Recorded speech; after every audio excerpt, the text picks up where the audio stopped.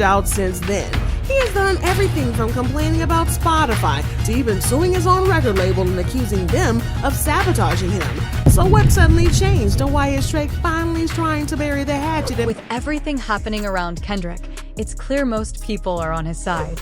If this beef has proven anything, it's that he has a lot of quiet supporters, some bigger than you'd think. Remember when Serena Williams was dancing to Not Like Us at that award show last year? That moment spoke volumes. And if there's one thing to learn from all this, it's simple. Going against Kendrick Lamar is a battle you don't want to pick. Kendrick will have your own city turning on you. Next time Drake pulls up courtside at a Raptors game, they might just hit him with the Forrest Gump treatment. Run, Drake, run. But that's not even the craziest part. Metro Boomin and Future also backed Kendrick in the beef. Metro straight up called Drake out for trying to block his success. He put it all out there in a tweet. "I'm lame, but right after, like that dropped, you tried to keep it off the radio? I've had this email for a month, but I was letting you slide. Oh, you ain't like that record?" Metro Boomin made it clear he's got some heavy tea on Drake. He threw a slick shot, saying, "Go make another song and tell more lies, 'cause we both know you can't tell people the real reason I don't mess with you. That wouldn't be a good look for you, so I'll spare us both. And let's not forget, this is the same Metro Boomin who started the whole BBL Drizzy thing." That nickname had the internet in tears. Drake took a shot at Rick Ross, rapping, "You cuff every girl like I'm Ricky. Can't believe he's jumping in this, man's almost 50. Every hit he got on the charts came from Drizzy. Spend that little check you got and stay out of my business." Basically, he was calling Ross out for siding with Metro and Future just because Ross was featured on their album, the same one where they went at Drake. The crazy part? Ross never even dissed Drake, but that didn't stop Drake from coming for him. Ross didn't hold back on champagne moments, exposing Drake for using a ghostwriter. But he didn't stop there. He called him soft too, rapping, "Getting bullied? Don't step to me, 'cause the clip is full. Dudes don't want to test me. I'm like, really, Woody? Moves like a tough guy but never fought in school. Always ran, had another dude write your rules. Flow is copy and paste, Wheezy gave you the juice. Just another white boy at the park, trying to fit in with the crew." Ross also addressed the rumors of Drag getting plastic surgery. "Yes, a BBL Drizzy for real," he said. "Yeah, you had that surgery, that six-pack gone, that's why you wearing that funnyish SH your show, you can't hide it, ninja white boy." So yeah, Drake seems to have a lot of ops in the industry, but we didn't just know how bad it was, we thought that he would have had a whole lot more allies in the industry. But that quickly changed when Kendrick not only swept up 5 major Grammys, but did y'all hear how loud? The crowd went crazy when Kendrick hit the stage to accept his award. The energy was unreal. You could hear the love loud and clear. And to make it even worse for Drake, Kendrick was rocking Canadian gear. That had to sting. This just proves how big Kendrick's support is in the industry. For a while, it seemed like Drake still had a strong crew backing him, but now, even Beyoncé was out here dancing to Not Like Us and My House. And that says everything, because if there's one thing we know, Beyoncé doesn't waste her time on petty rap beef. But hey, the beef is what it is. And Beyoncé? She was all smiles, dancing her heart out. Normally, she keeps it cool at events like this, just sitting there with that polite, unreadable stare. But this time, she made it clear where she stood. And if you thought Bey was into it, Taylor Swift took it to another level. Did y'all see her? She was on the side, trying to My House walk herself. Lucian Grange. You'd think he'd be backing Drake, right? I mean, Drake makes the label a ton of money. But when Kendrick won Song of the Year, Lucian was right there high-fiving Dr. Dre, and they both looked hyped about Kendrick's win. It wasn't even low-key. They were clearly rocking with Kendrick. And if that's the case, it probably means the whole room had turned on Drake too. But the real question is, why would his own label switch up on him? Celebrating his ops win? That had to hurt.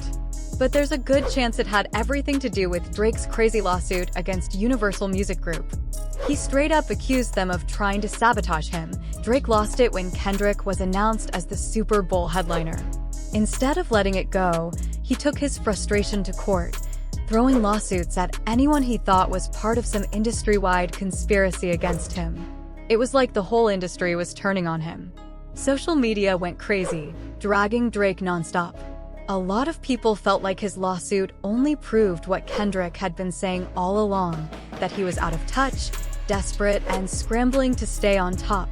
To his critics, the lawsuit wasn't about justice. It was just a last-ditch effort to save face after losing the battle. And to make things worse, Kendrick's colonizer insult started hitting even harder. Fans ran with it, turning it into yet another reason to clown Drake. Drake was getting roasted for trying to sue his way out of an L. The backlash was nonstop.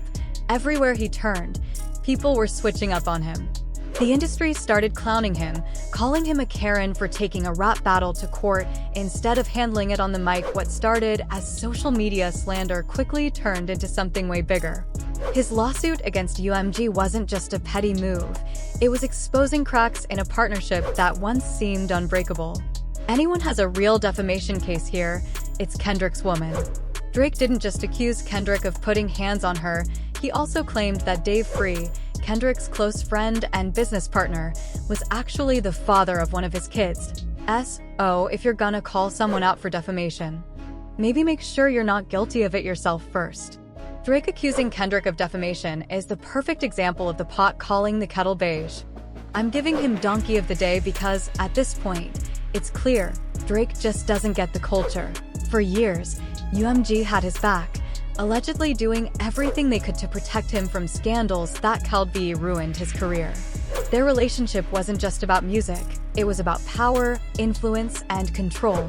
Back in 2021, UMG made that crystal clear when they handed Drake a $500 million deal, something unheard of in hip-hop. This legal war was just the beginning. Was this the moment Drake and UMG's loyalty finally hit a breaking point? Or was there something even bigger brewing behind the scenes? Remember that lawsuit producer Lil Rod filed against Diddy back in February. A lot of people might have missed this, but the original filing didn't just go after Diddy. It also named Lucian Grange and UMG as co-defendants. According to Lil Rod, Lucian Grange wasn't just some industry exec staying out of the drama. He was allegedly involved in financing and enabling Diddy's shady dealings. Now, add that to the fact that Drake, UMG's biggest star, is suddenly suing them, and things start looking real suspicious. What once seemed like an unbreakable partnership is now showing serious cracks, and this legal mess could shake up the entire industry. Drake's lawsuit might not just be about streaming numbers anymore. It could be a sign that the whole house of cards is starting to fall apart. And then there's this bombshell from Lil Rod's lawsuit. Mr. Jones recalls seeing Lucian Grange visiting Diddy's home in Miami and LA. According to Mr. Jones, whenever Grange visited, it was always in the evening, and he and Diddy would disappear into the bedroom for hours. Hours at a time, that's the big question. And with all these lawsuits flying around, it might not be long before we get some real answers. Lil Rod didn't hold back. In his lawsuit, he claimed Lucian Grange wasn't just a bystander. He was allegedly helping Diddy run his operation. According to Lil Rod, Lucian wasn't just looking the other way. He was an active player, providing Diddy with the massive amounts of cash that kept everything running. Here's where things get really interesting. In May 2024, Lucian Grange and UMG were officially removed from the lawsuit. Now, considering Lucian is one of the most powerful figures in the music industry, that wasn't exactly surprising. His legal team wasn't going to let him go down without a fight, and with the kind of pull he has, it was almost guaranteed that he'd be protected. Instead of clearing Lucian's name, the whole situation just made things look even more suspicious, adding more chaos to the already messy drama surrounding UMG. Just when Lucian and UMG thought they had dodged the heat from Lil Rod's lawsuit, things took another wild turn. Kendrick's beef with Drake was only getting nastier, and he started dropping hints that he might start exposing some of the industry's darkest secrets. Another scandal was the last thing Lucian needed, especially after barely dodging the Diddy mess. But with Drake stirring things up again by filing legal petitions against UMG, people are starting to wonder if he's playing a dangerous game. UMG had already warned him before he went ahead and accused them of shady tactics and industry manipulation. If you go back to August, Drake leaked a massive 100 gigabytes worth of unreleased music and content. But Drake wasn't about to take that quietly. Instead of handling it behind the scenes, he put UMG on blast, posting a screenshot of their takedown notice like he was exposing receipts in a group chat. At this point, the tension between Drake and UMG wasn't just behind closed doors. It was out in the open. And from the looks of it, things were only going to get worse. Instead of stepping back, Drake is pushing even harder, and now he's knee-deep in drama with UMG. Fans are already saying this could blow up in his face, with some even suggesting that UMG might start exposing his secrets. And let's be real, Drake's name has been tied to some shady rumors over the years, especially when it comes to a certain someone. Drake didn't waste any time firing back with The Heart Part 6, trying to flip the narrative in his favor. But by then, the damage was already done. Kendrick had planted the seed, and the internet ran with it. Fans started dissecting every lyric, every accusation, and every past rumor about Drake, making things even messier. At this point, it wasn't just about music anymore. The beef had turned into something much bigger, exposing secrets, questioning reputations, and forcing people to pick sides. Drake tried to dismiss the accusations, saying he was too famous for something like that, claiming that if it were true, he'd already be locked up. But let's be real, was that even a real defense? Why not just say, that never happened? History has shown that powerful men can get away with almost anything for years before facing consequences, if they ever do. So instead of clearing his name, Drake's response only made people more suspicious. It felt less like a denial and more like an attempt to dodge the conversation.